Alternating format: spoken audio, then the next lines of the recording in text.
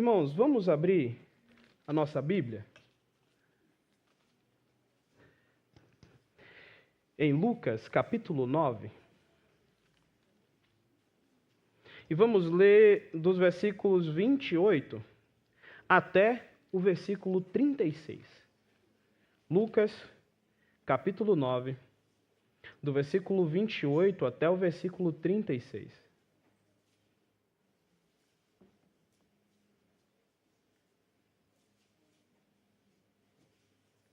Diz assim a palavra do Senhor: cerca de 8 dias depois de proferidas estas palavras, tomando consigo a Pedro, João e Tiago, subiu ao monte com o propósito de orar. E aconteceu que, enquanto ele orava, a aparência do seu rosto se transfigurou, e suas vestes resplandeceram de brancura. Eis que 2 varões falavam com ele, Moisés e Elias, os quais apareceram em glória e falavam da sua partida, que ele estava para cumprir em Jerusalém. Pedro e seus companheiros achavam-se premidos de sono, mas, conservando-se acordados, viram a sua glória e os 2 varões que com ele estavam. Ao se retirarem estes de Jesus, disse-lhe Pedro: Mestre, bom é estarmos aqui. Então façamos 3 tendas, uma será sua, outra de Moisés e outra de Elias, não sabendo, porém, o que dizia. Enquanto assim falava, veio uma nuvem e os envolveu, e encheram-se de medo ao entrarem na nuvem. E dela veio uma voz dizendo: Este é o meu filho, o meu eleito, a ele ouvi. Depois daquela voz, achou-se Jesus sozinho. Eles calaram-se, e naqueles dias a ninguém contaram coisa alguma do que tinham visto. Até aqui a leitura da palavra do Senhor. Vamos orar mais uma vez, pedindo ao Senhor que Ele ilumine a nossa mente, para que compreendamos as verdades das Escrituras. Soberano Deus e eterno Pai, nós suplicamos ao Senhor, ó Deus, que fales conosco, que ilumines o nosso coração, que ilumines a nossa mente, para que compreendamos as verdades do Teu Evangelho. Fala ao nosso coração por intermédio do Teu Espírito Santo. Mostra-nos a Tua glória e faz com que nós não sejamos apenas ouvintes da Tua palavra, mas sim praticantes, porque o Senhor nos chama para uma fé viva e uma fé operante. Nós oramos e suplicamos isto em nome de Jesus. Amém. A identidade de Jesus, ela tem sido alvo de debate praticamente em todo o Evangelho de Lucas. Em diversos momentos nós vamos ver pessoas perguntando: quem é este Jesus? Quem é? Os próprios discípulos perguntaram: quem é este que até o vento e o mar lhe obedecem? Herodes pergunta sobre quem era Jesus. Nós vimos Jesus perguntando aos seus discípulos quem o povo estava dizendo que ele era. Nós vemos Pedro dar uma resposta iluminado por Deus, dizendo que ele era o Cristo de Deus. Mas parece que é aqui, nesta passagem, que o próprio Deus resolve dar uma resposta ao seu povo. É aqui, nesta passagem, que o próprio Deus fala sobre quem é Jesus. Deus já tinha feito isso. Quando Jesus foi batizado, o próprio Deus disse: Este é o meu Filho amado, em quem me comprazo. Agora, Deus fala algo muito parecido, só que ele acrescenta algo. Ele diz: Este é o meu Filho, o meu eleito, a ele ouvis. Deus estava dizendo que os discípulos de Cristo precisavam ouvir a voz do seu Senhor. Esse momento da transfiguração responde essa dúvida. Responde a dúvida sobre quem era Jesus, sobre a missão de Jesus e o que ele veio fazer aqui na terra. Agora os discípulos têm uma missão: falar sobre esse Jesus, mas também ouvir a tudo o que Jesus tinha para falar. A nuvem nos lembra de algo que aconteceu lá no Êxodo, Quando Moisés sobe ao monte para orar, Deus vem em forma de nuvem. E é através de uma nuvem que Deus fala com ele. Nós vemos isso acontecer também com o povo no deserto. Uma nuvem guiando o povo pelo deserto. Nós vemos isso também com Elias. Que Deus fala também com Elias através da nuvem. Então, esse texto, quando olhamos para ele, não conseguimos ver algo diferente sobre a glória divina do Filho de Deus. E é exatamente por isso que, se vocês repararam, todas as músicas que foram cantadas até aqui, eles falam sobre a glória do Senhor. Eles falam sobre este Filho de Deus glorificado. Eles falam sobre essa representação perfeita da glória de Deus. E a transfiguração, então, ela nos lembra que a glória verdadeira não está em evitar o sofrimento, mas em cumprir a vontade de Deus. Se vocês se lembrarem, nos versos anteriores, o próprio Cristo fala, no versículo 22, é necessário que o Filho do Homem sofra muitas coisas, seja rejeitado pelos anciãos, pelos principais sacerdotes e pelos escribas, seja morto e no terceiro dia ressuscite. Quando Moisés e Elias vêm para falar com Jesus, eles vêm falar exatamente da sua morte. Diz que os quais apareceram em glória e falavam da sua partida que estava para cumprir em Jerusalém. A palavra grega que foi traduzida como partida aqui é a palavra êxodo. E não é por acaso que Lucas usou essa palavra. Não é por acaso que Moisés também está ali. Está mostrando que Cristo veio cumprir um êxodo maior do que Moisés cumpriu. Moisés foi quem resgatou o povo de Deus do Egito. Jesus resgatou o seu povo das amarras do pecado e da morte. Jesus veio mostrar que o que ele veio cumprir é maior do que aquilo que Moisés cumpriu anteriormente. Então, que nós contemplemos, compreendamos e ouçamos a voz daquele que é o Filho de Deus, o escolhido, o único que é digno de nossa adoração e obediência. Por isso, o tema do sermão que ouviremos nessa manhã é a glória divina do Filho de Deus. E o primeiro ponto, vamos falar sobre que precisamos contemplar essa glória do Filho de Deus. Em segundo lugar, vamos falar que precisamos compreender a glória do Filho de Deus. E em terceiro lugar, vamos perceber que nós precisamos ouvir a sua voz gloriosa. O primeiro ponto, nós conseguimos ver aqui a primeira lição nos versículos 28 a 31. Diz que cerca de 8 dias, depois de ter proferido estas palavras, tomando consigo a Pedro, João e Tiago, subiu ao monte com o propósito de orar. É interessante que quando lemos algo assim, cerca de 8 dias depois de proferidas essas palavras, precisamos então voltar e perceber o que foi proferido. E aqui é quando Jesus pergunta a eles sobre quem as pessoas estavam dizendo que ele era, quem os discípulos achavam que Jesus era, mas também ele explicava qual era o custo do discipulado, como os discípulos precisavam viver a sua vida, mesmo que eles precisassem perdê-la. E o último verso, o verso 27 diz, verdadeiramente vos digo, alguns dos que aqui se encontram, que de maneira nenhuma passarão pela morte até que vejam o reino de Deus. Mateus e Marcos mencionam 6 dias. O que sugere que o que Lucas está fazendo aqui, com cerca de 8 dias, é como uma forma de contagem em que ele está incluindo os dias que Jesus proferiu as suas palavras até o momento em que ele está lá no monte, junto com Pedro, João e Tiago, para a sua transfiguração. E há um possível paralelo aqui com a glória do Senhor que pousou no Monte Sinai. Durante 6 dias a nuvem cobriu o monte e no 7º dia o Senhor chamou a Moisés.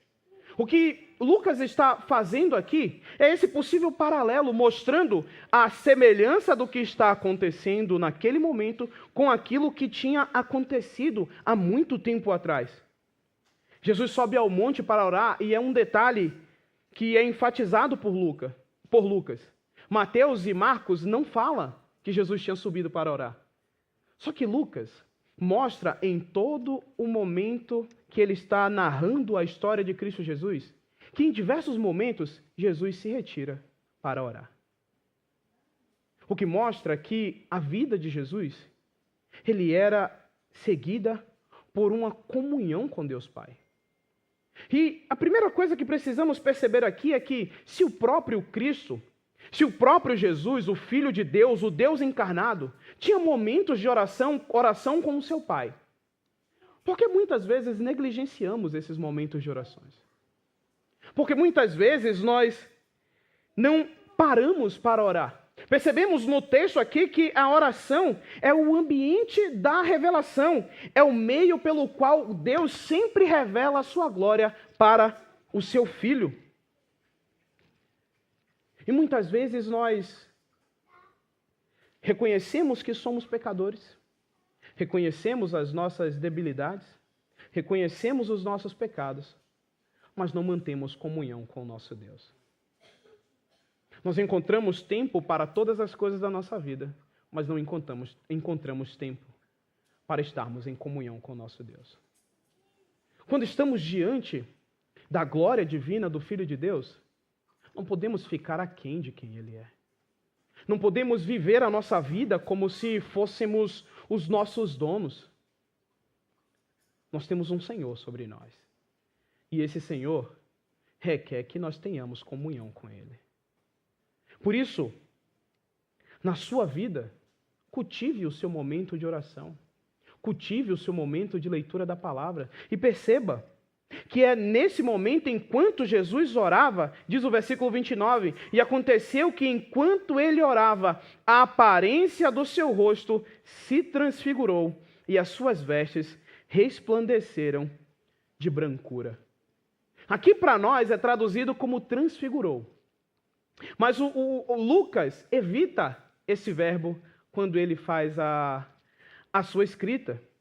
Mateus, ele usa o verbo transfigurar, Marcos também usa, mas parece que Lucas prefere evitar, por causa que naquela época tinham muitos mitos pagãos de deuses que mudavam a sua forma. Então, ao invés disso, ao invés de usar o verbo transfigurar, Lucas optou por mudar de aparência. E é algo que ele faz intencional para que os seus discípulos e as pessoas que fossem ler percebessem que eles não estavam diante de um semideus ou um deus pagão como os mitos daquela época contavam. Eles estavam diante do verdadeiro Filho de Deus, daquele que a sua veste ou a sua aparência mudou, mostrando que a essência visível de Cristo foi alterada. Aquilo que os discípulos podiam ver foi mudado. Ele diz que o rosto de Jesus ficou brilhante, assim como o de Moisés, quando ele está diante de Deus. Moisés precisa cobrir o seu rosto, porque as pessoas não conseguiam olhar para ele. Mas há uma diferença entre Cristo e Moisés muito grande. Moisés refletia a glória de Deus. Cristo refletia a sua própria glória. O que Lucas está fazendo aqui, esse paralelo, não é mostrar que Moisés e Jesus eram iguais em essência. Ele está mostrando que Cristo está refletindo a sua própria glória. Ele está mostrando que Cristo está revelando antecipadamente para os seus discípulos a sua glória eterna, a forma como todos contemplarão Ele na eternidade. Cristo está mostrando de maneira visível para homens pecadores a sua glória. E diz que as suas vestes ficaram brancas como relâmpago. E nós lembramos, se nós olharmos para o livro de Daniel, é dessa forma que Deus aparece na revelação para Daniel. Ele aparece com vestes brancas e brilhantes. Então, o que nos mostra, o que Lucas está mostrando para nós, mostrando que precisamos contemplar essa glória, é lembrar-nos que não estamos diante de um homem que foi glorificado e é pecador. Estamos diante do Deus Todo-Poderoso, que está revelando a sua glória para os seus filhos. Estamos diante da glória do Filho de Deus. E essa transfiguração não é transformação que é essencial de Jesus, mas ele revela a glória que sempre foi dele. Ele está mostrando para os seus discípulos não somente aquilo que eles contemplarão no futuro, mas ele está mostrando que eternamente ele sempre foi glorificado. Eternamente ele sempre foi Deus. Ele é o Filho de Deus encarnado. Enquanto ele estava no seu ministério terreno, a sua glória estava oculta. Mas enquanto ele orava, apresentando para os seus discípulos, ele resolve mostrar um pouco da sua glória para aqueles homens pecadores. Jesus diz que, no versículo 27, verdadeiramente vos digo, alguns do que aqui se encontram, de maneira nenhuma passarão pela morte, até que vejam o reino de Deus. Cristo está começando a revelar o seu reino para o seu povo. Cristo está começando a revelar o seu reino para os seus discípulos. E o versículo 30 diz que 2 varões apareceram e falavam com ele, Moisés e Elias. E o versículo 31 diz, os quais apareceram em glória e falavam da sua partida que ele estava para cumprir em Jerusalém. Moisés e Elias aqui confirma para nós que Jesus é o cumprimento da lei e dos profetas. Que tudo aquilo que falava sobre no Antigo Testamento, o que a lei, para quem a lei apontava e para quem os profetas apontavam, era para o Cristo, o Filho de Deus. Moisés e Elias não vão lá como iguais a Jesus. Eles vão lá como servos de Jesus. E nós conseguimos perceber que ambos tiveram encontros divinos com o Deus de Israel. Um encontrou com Deus no Monte Sinai. O outro encontrou com Deus quando estava numa caverna. E ambos tiveram mortes que foram para nós misteriosas. Moisés morreu e o próprio Deus sepultou o seu corpo e ninguém mais achou. Elias foi levado aos céus. Está mostrando para nós aqui que Cristo vai cumprir algo mais ou menos parecido com isso que aconteceu entre eles. Mas não uma morte misteriosa, mas uma morte que vai trazer redenção para o seu povo. Ambos sofreram rejeição de Israel. E esse é um tema que ecoa sobre a rejeição que Jesus enfrentará. Jesus diz que, no versículo 22 do capítulo 9, é necessário que o Filho do Homem sofra muitas coisas, que ele seja rejeitado pelos anciãos, pelos principais sacerdotes e pelos escribas, que ele seja morto e no terceiro dia ressuscite. Lucas está fazendo um paralelo entre Moisés e Elias e Cristo. Está mostrando que, mesmo que Moisés, mesmo que Elias, tivessem vivido vidas que foram parecidas com a vida de Jesus Cristo, eles não tinham a glória que pertence somente a Cristo. E Lucas vai detalhar a conversa que eles tiveram com Jesus. Marcos não faz isso. Mateus também não detalha a conversa de Cristo. Mas Lucas nos dá um detalhe que é essencial para nós. Eles falavam sobre o êxodo de Jesus. Por mais que, quando olhemos em português, não consigamos perceber o que está aqui, Lucas está mostrando para as pessoas que vão ler na língua original a semelhança daquilo que Deus fez através de Moisés, libertando o seu povo da escravidão do Egito, com o que Jesus fará com o seu próprio povo. Moisés libertou o seu povo da escravidão do Egito, só que foi algo temporário. Porque se nós continuarmos lendo a história do povo de Israel, mais à frente veremos que o reino do norte foi destruído e levado cativo. O reino do sul também foi destruído e levado cativo. O que Jesus faz não é igual ao que Moisés e Elias fizeram. O que Jesus faz é muito maior do que a revelação deles. O êxodo de Jesus é para libertar o seu povo da escravidão do pecado. O êxodo de Jesus é para mostrar ao seu povo de que agora eles têm vida, de que anteriormente eles não podiam viver porque os seus pecados o aprisionavam. E quando olhamos para isso, deveríamos nos alegrar, porque outrora, eu e você, nós éramos escravos do pecado. Nós só estamos aqui e reconhecemos a glória do Filho de Deus porque Ele nos libertou através do seu êxodo. Moisés e Elias vai lá para anunciar a morte de Jesus, para anunciar aquilo que o aguardava.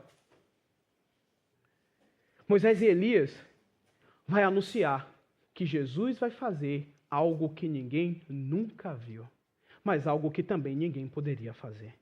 Jesus é o Messias glorioso que voltará em poder. É isso que o versículo 26 diz, porque qualquer que de mim e das minhas palavras se envergonhar, dele se envergonhará o Filho do Homem, quando vier na sua glória e na do Pai e dos santos anjos.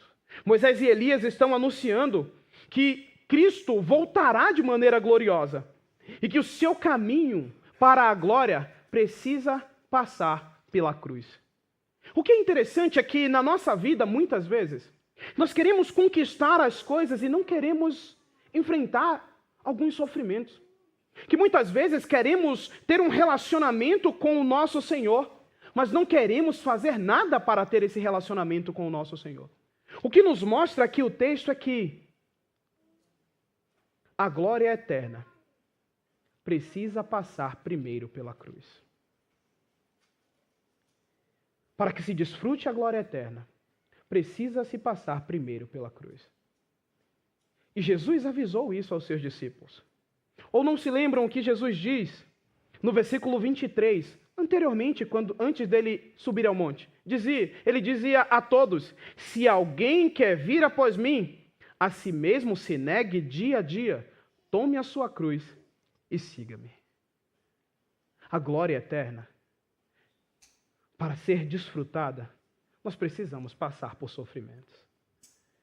Os discípulos precisavam aprender que a verdadeira glória de Cristo não está na sua grandeza terrestre, mas na sua obediência ao plano redentor de Deus. Cristo é glorioso e essa glória não pode ser separada da sua cruz. Se nós queremos desfrutar da glória de Cristo, precisamos também desfrutar dos seus sofrimentos. Precisamos, ao contemplar a glória do nosso Senhor, lembrar-nos que precisamos levar a nossa cruz dia a dia. A oração nos leva a contemplar a glória de Deus. E foi através da oração que Jesus teve a sua glória revelada. E a nossa vida de oração deve ser também o meio pelo qual nós contemplamos mais profundamente a majestade de Cristo. Nós devemos reconhecer Cristo como o cumprimento de toda a revelação bíblica. Moisés e Elias, eles apontavam para Cristo. E toda a Escritura converge para Ele. Toda a Escritura anuncia a glória do Filho de Deus.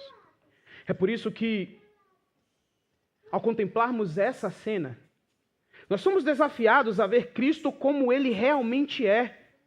O Filho de Deus, glorioso, que veio para morrer e ressuscitar, mas nos chamando também para segui-lo, não apenas para o monte de glória, mas também para o vale do sacrifício. E vocês perceberão isso na próxima lição. E a pergunta que eu faço é: você tem contemplado a glória de Cristo?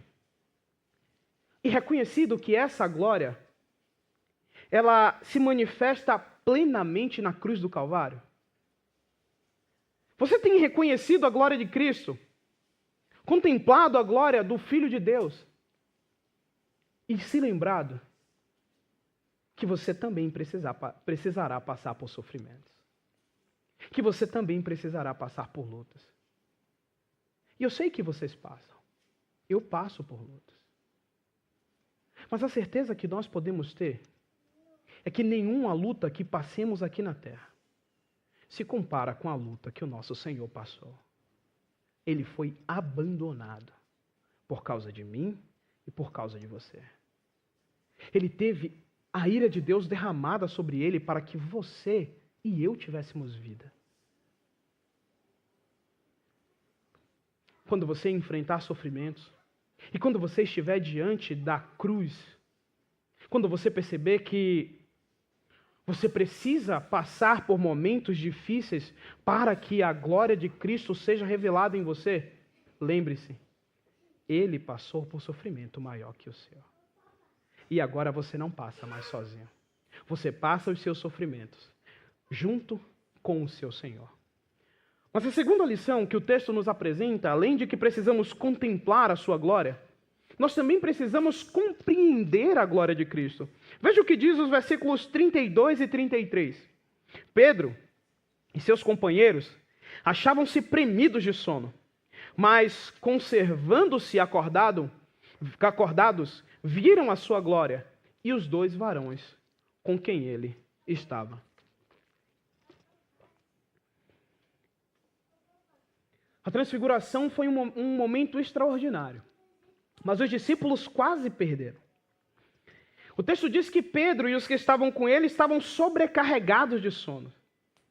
Isso nos lembra algo que muito parecido que acontecerá mais à frente, que Lucas vai narrar. No Getsemane, eles também dormiam enquanto Jesus orava. E muitas vezes nós somos iguaizinhos a eles. Nós preferimos dormir muitas vezes. Nós estamos desacordados. E a palavra que Lucas usa para descrever essa sonolência é a palavra que poderia ser traduzida como sobrecarregado de sono. Isso pode parecer muito mais do que um cansaço físico. Alguns comentaristas acreditam que esse cansaço que eles estavam era exatamente por causa de contemplar a glória do Filho de Deus. O importante aqui é que, apesar da fraqueza deles, eles ainda conseguiram ver a glória do Filho de Deus. Eles viram Jesus e 2 homens com que eles estavam, e Lucas enfatiza isso para mostrar que não era um sonho. Pedro, Tiago e João, eles não estavam sonhando, mas eles tiveram uma experiência real com a glória de Cristo. Eles tiveram uma experiência consciente. E aqui vai um contraste profundo. Enquanto Jesus orava, a sua glória foi revelada. Enquanto os discípulos dormiam, eles quase perderam a revelação da glória do Filho de Deus. Isso nos lembra que em muitos momentos nós conseguiremos desfrutar dessa revelação de Deus e de uma comunhão com Ele nos momentos em que estivermos em oração. Mas podemos perder de ouvir a sua voz e a sua obra se muitas vezes estivermos espiritualmente sonolentos. Aqui nós estamos lidando com algo simplesmente terreno. Esse texto nos mostra uma junção do céu com a terra. Esse texto vai revelando para nós que existe uma realidade muito maior do que aquela que nós vemos. Que muitas vezes nós olhamos para a Bíblia, lemos a Bíblia e olhamos para Jesus e não conseguimos compreender a sua verdadeira glória. Muitas vezes, pelo costume de olhar para a Bíblia, ler a Bíblia, acabamos lendo e olhando para Jesus como um homem comum. E Lucas está nos mostrando que ele não era um homem comum. Precisamos compreender essa glória. E essa transfiguração foi tão impressionante que Pedro, no versículo 34, no 33, ele não queria que aquilo acabasse. Diz que ao se retirarem estes de Jesus, disse-lhe Pedro: Mestre, bom é estarmos aqui. Então façamos 3 tendas, uma será tua, a outra de Moisés e outra de Elias. Pedro fica abismado com aquilo que ele acabou de ver. E aqui vemos um padrão muito interessante na vida de Pedro. Antes da transfiguração, qual foi a revelação que Pedro fez? Ele diz que Jesus era o Cristo de Deus. Mas isso ele não entendeu, que envolveria sofrimento. O que Pedro quer é ficar para sempre em cima do monte. O que Pedro quer é ficar desfrutando da glória de Cristo para sempre, enquanto ele está vivendo aqui na terra. Pedro quer passar o resto da sua vida ali. Uma tenda para Jesus, uma tenda para Moisés, uma tenda para Elias. E ele se esquece do que Jesus diz no versículo 22, que eu já li e lerei novamente. É necessário que o Filho do Homem sofra muitas coisas. Agora, na transfiguração, Pedro vê a glória de Cristo, mas não compreende que esta glória ela só será revelada plenamente após a cruz. Cristo está dando para eles um gostinho daquilo que virá no futuro. Mas eles precisam passar, ou ele precisa passar pela cruz, para que plenamente a sua glória seja revelada. Depois da transfiguração, Pedro ainda terá dificuldades em aceitar o sofrimento de Jesus. E todos lembramos que o próprio Cristo repreende a Pedro, quando Pedro não quer que ele vá à cruz. Nós também lembramos quando os soldados vêm para prender a Jesus, é o próprio Pedro que tira uma espada e corta a orelha do soldado. Nós percebemos que Pedro ainda vive uma inconstância sem compreender verdadeiramente quem Jesus é. E Pedro faz duas grandes confusões aqui. Ele coloca, primeiramente, Jesus no mesmo nível de Moisés e Elias. A ideia de querer construir 3 tendas, eles sugerem que todos ali têm a mesma importância. Pedro, uma hora, entende que ele é o Cristo de Deus. Outra hora, ele acha que Jesus, Moisés e Elias são exatamente iguais. Ele não apenas testemunha da glória de Cristo nas figuras iguais a ele. Para ele ali, parecia que Jesus era somente mais um profeta. Mas lembremos, ele é o Filho de Deus. Pedro quer prolongar o momento glorioso, o segundo erro que ele quer, e sem entender que a glória de Cristo precisa passar pela cruz. Ele deseja permanecer ali no monte, mas Jesus deve descer e seguir para Jerusalém, onde cumprirá o seu êxodo. É exatamente isso que Moisés e Elias estavam conversando com Jesus, que ele precisava descer para Jerusalém para cumprir o seu êxodo. Pedro não entende isso. Pedro não consegue compreender. Pedro está diante da glória do Filho de Deus e não consegue compreender o que está acontecendo. Talvez eu e você passemos por situações parecidas. Pegamos as Escrituras, lemos e não compreendemos diante de quem estamos. Dobramos os nossos joelhos para orar e não compreendemos diante de quem estamos. Vemos a glória de Cristo na cruz, mas também a sua glória a ser ressuscitado. Vemos a glória de Cristo em todas as Escrituras e também na sua promessa de vir resgatar o seu povo, mas muitas vezes não compreendemos. Não compreendemos muitas vezes quem Cristo é. Não compreendemos muitas vezes quem Cristo fez, o que Cristo fez. Não compreendemos muitas vezes que tudo aquilo que passamos aqui é passageiro, é terreno, mas que Ele será revelado para nós em glória no dia da redenção dos filhos de Deus.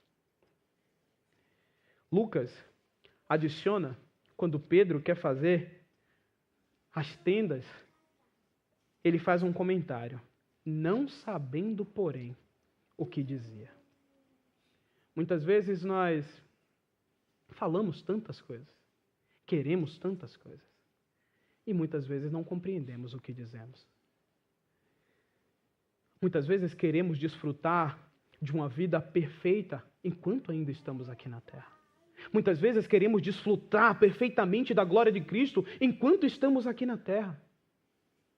Muitas vezes estamos diante do sofrimento e não queremos sofrer, e muitos dizem assim, eu não posso sofrer porque eu sou filho de Deus. E talvez, se Lucas olhasse para você, diria, não sabe do que está falando. A glória revelada de Cristo será mais bem revelada para o seu povo no sofrimento. E foi o sofrimento que Deus escolheu para tratar o seu povo. Foi o sofrimento, a forma como Deus escolheu para trazer o seu povo para perto de si. O próprio Cristo nos avisa, no mundo tereis aflições, mas tende bom ânimo, eu venci o mundo. O próprio texto nos mostra que a glória de Cristo, para ser mais bem revelada, ele precisa passar pelo sofrimento. E Cristo diz, se vocês querem vir após mim, primeiro, negue a sua própria vontade. Segundo, tome a sua cruz todos os dias. Para desfrutar da glória de Cristo, precisamos carregar a nossa cruz todos os dias. Precisamos passar pelo vale do sofrimento. Precisamos passar por momentos de sofrimentos. Mas é nesses momentos de sofrimento que o nosso Deus vai tratando o nosso coração. São nesses momentos de sofrimento que nós somos restaurados. São nesses momentos de sofrimento que reconhecemos a nossa pequenez diante de um Deus tão grande e todo-poderoso. É em meio ao sofrimento que Deus vai transformando o nosso coração e vai nos fazendo mais parecidos com os seus filhos. O problema de Pedro aqui é querer antecipar a glória, sem passar pelo sofrimento. Ele viu a glória, mas não compreendeu o propósito. Cristo tinha um propósito ao vir à terra: salvar o seu povo dos seus pecados e livrá-los da morte eterna. Para isso, ele precisava padecer na cruz do Calvário. E quando percebemos na sequência do texto, após essa passagem, a Sociedade Bíblica do Brasil colocou aí, a partir do verso 37, olha o título que a Sociedade Bíblica do Brasil colocou: A cura de um jovem possesso. A primeira coisa que Jesus faz quando ele desce do monte é encontrar o endemoniado. Jesus precisava resgatar o seu povo. O que Pedro não tinha entendido é que Jesus precisava passar por um processo aqui na terra. Pedro não queria encontrar com doentes, leprosos, endemoniados. Ele queria só um momento de glória. Talvez seja somente isso que eu e você queira.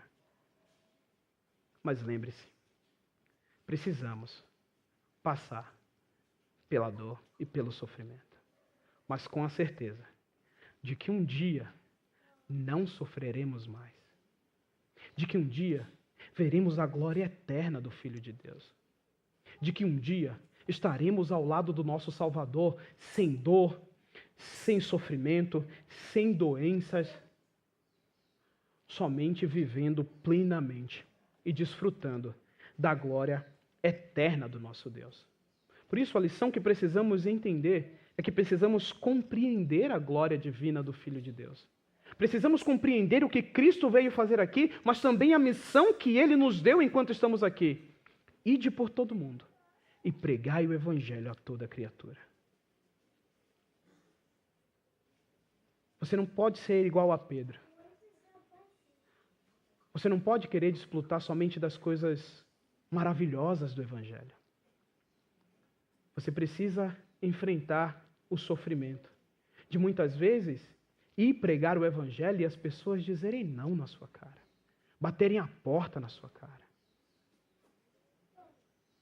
Você encontrar com pessoas que estão doentes e aflitas e você tem uma mensagem de esperança, mas muitas vezes nós não queremos dar essa mensagem de esperança para os outros. Muitas vezes passamos por pessoas doentes na rua, e eu não falo só doentes fisicamente, mas também espiritualmente, e nem sequer falamos a respeito da glória do nosso Senhor para eles. A missão que Cristo nos dá é esta: de enfrentarmos o nosso próprio eu, abandonarmos os nossos pecados e irmos falar sobre o Evangelho do nosso Senhor. Mas em último lugar, se primeiro precisamos contemplar a glória de Deus, e depois precisamos também compreender essa glória, em terceiro e último lugar, precisamos ouvir a voz gloriosa do nosso Senhor. Observe o que diz os versículos 34 a 36. Enquanto assim falava, veio a nuvem e os envolveu, e encheram-se de medo ao entrarem na nuvem. E dela veio uma voz dizendo: Este é o meu filho, o meu eleito, a ele ouvi. Depois daquela voz, achou-se Jesus sozinho. Eles calaram-se, e naqueles dias a ninguém contaram coisa alguma do que tinham visto. A cena da transfiguração atinge aqui o seu ápice quando a voz de Deus irrompe as nuvens. E é Deus quem declara quem Cristo é. Enquanto os discípulos anteriormente estavam se perguntando, quem é este? Que até o vento e o mar obedecem. Enquanto Herodes estava perguntando, quem é este? Enquanto Jesus pergunta para os seus discípulos, quem as multidões dizem que eu sou? E os discípulos dizem para ele. Então Jesus pergunta para eles, e para vocês? Quem eu sou? Pedro consegue dar a sua resposta mesmo sem compreender totalmente. Mas Deus, Ele vem aqui e tira toda a dúvida que qualquer um dos discípulos poderiam ter. Ele vem aqui e diz, este é o meu filho, o meu eleito, a ele ouvi. Enquanto Pedro ainda falava, quase que como se Deus estivesse interrompendo a Pedro. Enquanto Pedro ainda estava querendo construir as tendas para habitarem ali. Enquanto Pedro quer somente um novo tabernáculo ali, sem perceber que Cristo tabernaculou entre nós. Deus parece que interrompe Pedro. E uma nuvem toma eles. E o texto vai dizer que eles se encheram de medo ao entrarem na nuvem.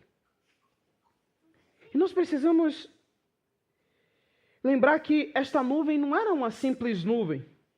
Não era uma simples formação atmosférica, como olhamos para o céu aqui e vemos. Mas era um símbolo da presença divina, tal como na antiga aliança. O que está acontecendo aqui é que a mesma nuvem que guiou Israel no deserto, a mesma nuvem que cobriu o Sinai quando Deus falou com Moisés, a mesma nuvem que encheu o tabernáculo e depois o templo, simbolizando a glória de Deus, é a mesma nuvem que está presente na transfiguração. É o próprio Deus que vem para falar com o seu povo. Quando o texto diz que eles se encheram de medo, não é porque eles estavam diante de uma nuvem, como nós estamos voando de avião, e vira e mexe passamos por dentro de uma nuvem, não podemos mais ver nada e depois passa. Eles estavam diante da glória de Deus. Eles estavam diante de Deus, e Deus estava dando testemunho do seu Filho. A reação dos discípulos, então, ali foi imediata, medo. E sempre que Deus se revela com poder, a resposta humana é temor. Foi assim no Sinai, foi assim com Isaías, no texto que lemos hoje, e agora, no texto, é assim que acontece com Pedro, Tiago e João. E a pergunta que eu faço é, e conosco? Quando abrimos as Escrituras, estamos diante de Deus. Quando abrimos as Escrituras, é o próprio Deus falando. Como nós reagimos? Com temor? Ou reagimos da mesma maneira que pegamos um livro qualquer e lemos? Ou como eu e o Leffler que estamos no seminário, será que a nossa leitura da Bíblia é a mesma leitura que nós fazemos de uma teologia sistemática? Será que quando eu leio um livro da Bíblia, é a mesma coisa de eu ler um livro que fala sobre a Bíblia? Quando estamos diante da presença de Deus, quando estamos no culto ao Senhor, quando estamos diante da glória de Deus prestando culto a Ele, como nós nos portamos? Nós nos portamos com temor? Ou simplesmente sentamos na cadeira, domingo após domingo, e acreditamos que é um dia normal como qualquer outro? E às vezes eu me pergunto sobre isso. Como eu tenho me portado diante da glória de Deus? Eu tenho me portado com reverência e temor? Ou eu tenho me portado achando que eu estou diante de qualquer pessoa? Muitas vezes nós temos maneiras de nos portar no trabalho, na faculdade, junto com os amigos. E na maioria das vezes, quando estamos no trabalho, somos extremamente reverentes. Quando estamos na rua, somos reverentes porque não, as pessoas estão me olhando. E quando você está diante de Deus, como você se porta? Quando você está diante da glória de Deus, qual a forma que você reage a isso? Talvez o texto está nos chamando para pensarmos sobre a nossa vida, para pensarmos como temos reagido diante do nosso Senhor. Isso nos ensina que a presença de Deus não é algo trivial ou manipulável. Pedro queria prolongar o momento, mas Deus mostra que não é Pedro quem decide o que fazer na presença divina. Às vezes, nós queremos decidir tudo quando estamos diante da presença divina. Nós queremos decidir tudo aquilo. Às vezes, temos a impressão de que o culto é para nós. Às vezes, vemos para a igreja e às vezes perguntamos assim, por que não coloca um louvor mais animado? Talvez precisamos lembrar que o culto é para o nosso Deus. Precisamos lembrar que estamos diante da presença do Deus Todo-Poderoso, do Deus Criador dos céus e da terra, do Deus que deu o seu Filho para morrer na cruz no meu e no seu lugar. Qual a forma que temos nos portado diante de Deus? E diz que quando a nuvem passa sobre eles, eles ficam com medo, então uma voz vem da nuvem dizendo: este é o meu filho, o meu eleito, ouçam-no, ou a ele ouvi. E nós conseguimos lembrar que no batismo de Jesus foi assim mesmo que Deus fez. Este é o meu filho amado, ou tu és o meu filho amado, em quem eu me comprazo. Agora, porém, a voz não é dirigida a Jesus. No batismo, a voz fala com Jesus: tu és o meu filho amado, em quem eu tenho prazer. Agora a voz de Deus está falando com os discípulos. Está dizendo para eles: este que está diante de vocês é o meu filho, é o meu eleito. Vocês precisam ouvir o que ele diz. Talvez seja uma resposta ao que Pedro estava querendo fazer. Talvez seja porque Jesus vem falando para eles que ele precisa passar pelo sofrimento. E Pedro está querendo construir um tabernáculo em cima do monte. E Deus olha para ele e diz assim: ouçam o que o meu filho tem a dizer. Lembra-se que o texto já começa dizendo assim, cerca de 8 dias após Jesus ter proferido essas palavras. Jesus já tinha falado para eles sobre a sua morte.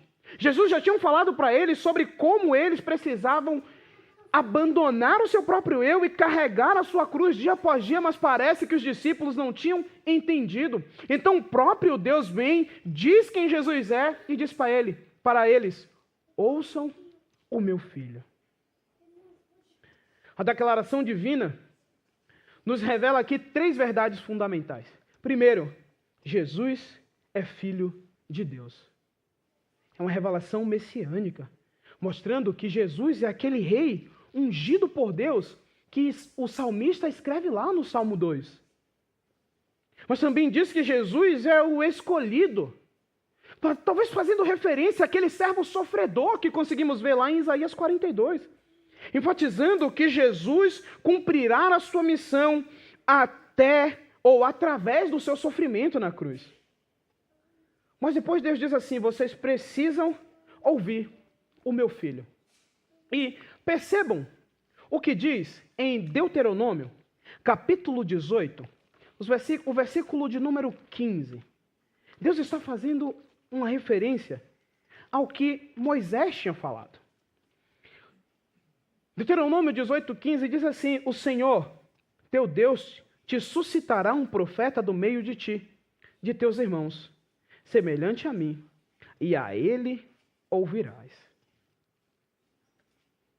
Moisés tinha falado sobre o profeta para o povo de Israel. E o que Moisés diz é: o Senhor providenciará um profeta maior do que eu. Vocês precisam seguir a ele. E vocês precisam ouvi-lo. O Senhor vem então aqui em forma de nuvem e fala para o seu povo exatamente isso. Ele é o Messias que Moisés tinha falado. Ele é o mensageiro que Moisés tinha dito. Vocês precisam ouvir o que ele diz. Diferente de Marcos e Mateus, que registram o meu filho amado, Lucas coloca aqui como Jesus é o filho escolhido. Isso liga Jesus diretamente àquele servo sofredor de Isaías. E depois que a voz falou, eles se encontraram sozinhos. E eles ficaram em silêncio e não anunciaram nada que aconteceu a ninguém sobre aquilo que eles tinham visto. E esse detalhe é simbólico, porque aqui mostra a forma como Jesus mostra-se maior do que a lei e do que os profetas. E quando os discípulos se deparam com este Cristo, com a glória de Cristo e com o Deus que o revela, eles não conseguem falar nada. E o escritor de Hebreus, ele diz assim: havendo Deus outrora falado muitas vezes e de muitas maneiras aos pais pelos profetas, nestes últimos dias nos falou pelo seu Filho. O que o autor de Hebreus está falando é: os profetas e a lei, eles apontavam para o Cristo que viria. Ele é a revelação perfeita do Deus encarnado. Tudo que Deus queria falar para os homens, Ele falou por meio de Cristo. A voz do Pai não manda os discípulos ouvir a Moisés. A voz do Pai não manda os discípulos ouvirem a Elias. A voz do Pai manda os discípulos ouçam a Jesus. Não está dizendo que eles têm que ignorar a lei e os profetas. Não é isso que Deus está dizendo. O que Deus está mostrando para ele é: a lei e os profetas estavam apontando para o meu filho. A exclusividade de Cristo é enfatizada. A lei e os profetas apontavam para ele e os discípulos ficaram em silêncio. Mas Pedro, alguns anos depois, na sua segunda carta, ele escreve assim: 2 Pedro, capítulo 1, versículo 16, diz: porque não seguimos fábulas engenhosamente inventadas, quando lhe fizemos a saber o poder e a vinda do nosso Senhor Jesus Cristo. Ao contrário, fomos testemunhas oculares da sua majestade.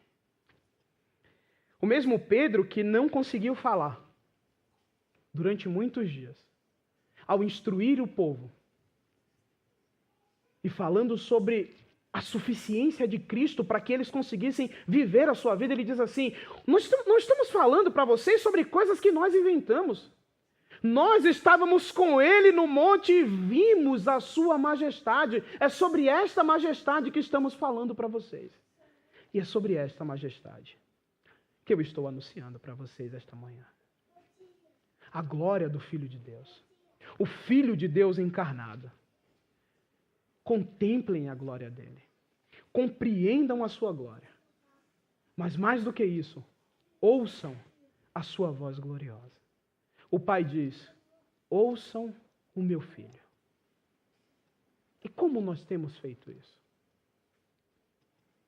Jesus nos deu a maneira como nós devemos viver a nossa vida. E muitas vezes vivemos de maneira contrária. Isso não era ouvir a voz de Jesus. Ouvir a voz de Jesus é saber que eu preciso negar o meu eu. E mesmo que isso me cause sofrimento, eu preciso fazer aquilo que Jesus me manda fazer. Concluindo, meus irmãos. A transfiguração de Jesus é uma resposta direta à pergunta que ecoa durante todo o capítulo 9. Quem é este?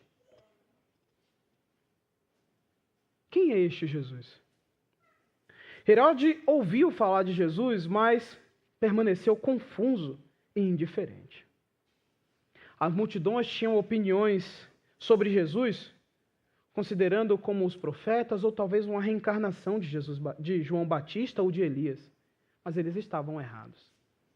Pedro chegou mais perto da verdade ao confessar que Jesus era o Cristo de Deus, mas ainda não compreendia completamente o significado da sua missão, do seu sofrimento e da sua rejeição. Foi somente na transfiguração que Deus Pai respondeu com a autoridade divina: este é o meu filho, o meu eleito, ouçam-no.